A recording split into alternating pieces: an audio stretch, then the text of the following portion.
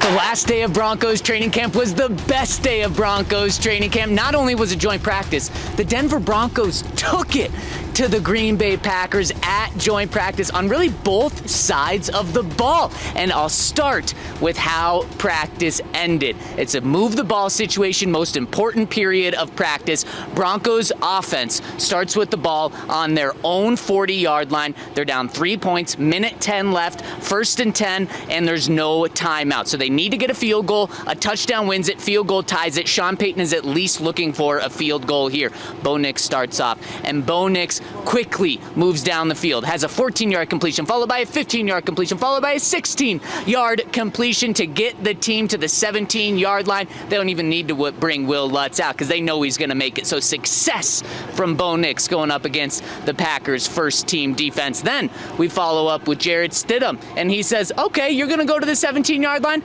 I'm going to go to the 10-yard line. Actually, maybe even the 5-yard line to make it an even easier field goal for Will Lutz. So both Broncos quarterbacks go down against the Packers defense to get what needed to be done. And then on the other side, on the other field, the defense was even better, potentially, against Jordan Love, the highest paid quarterback in the NFL. What do? He goes out the first time against the Broncos' first-team defense.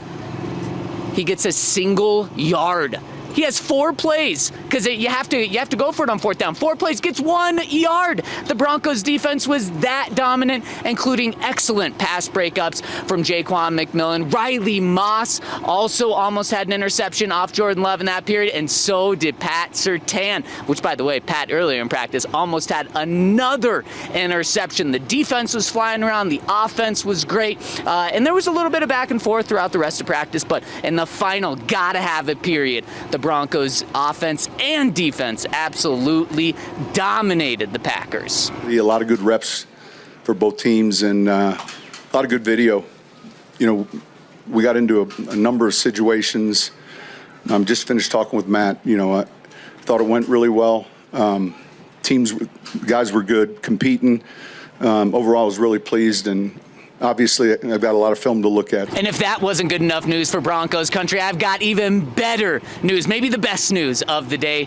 Bo Nix is the real deal, and he proved it against a good Packers defense. He had an incredible day. Of course, he had that 14, 15, 16-yard back-to-back-to-back completions and the move-the-ball period to win that. But in the red zone period, the second most important period of the day, he was money. He had 3 passes. 1 was batted at the line of scrimmage. It was a screen that was tipped, but his first one, an absolute dime, probably the pass of the day to Phillip Dorsett on a little slant, 12 yards out, and he smokes this one into Dorsett. Great catch by Dorsett right at the end zone, falls in the end zone for a touchdown. So that's 1 touchdown in red zone. Then it's about 4 yards out, 3rd down, 3rd and goal from the 4, and he's got a lot of time in the pocket, hangs in there, great pocket composure, steps up when Michael Bandy comes open in the center of the end zone. He hits him for another touchdown. Bo Nix was lights out today. A lot of good decisions. Took what the defense gave him to start practice, then started looking deep. Hit Cortland Sutton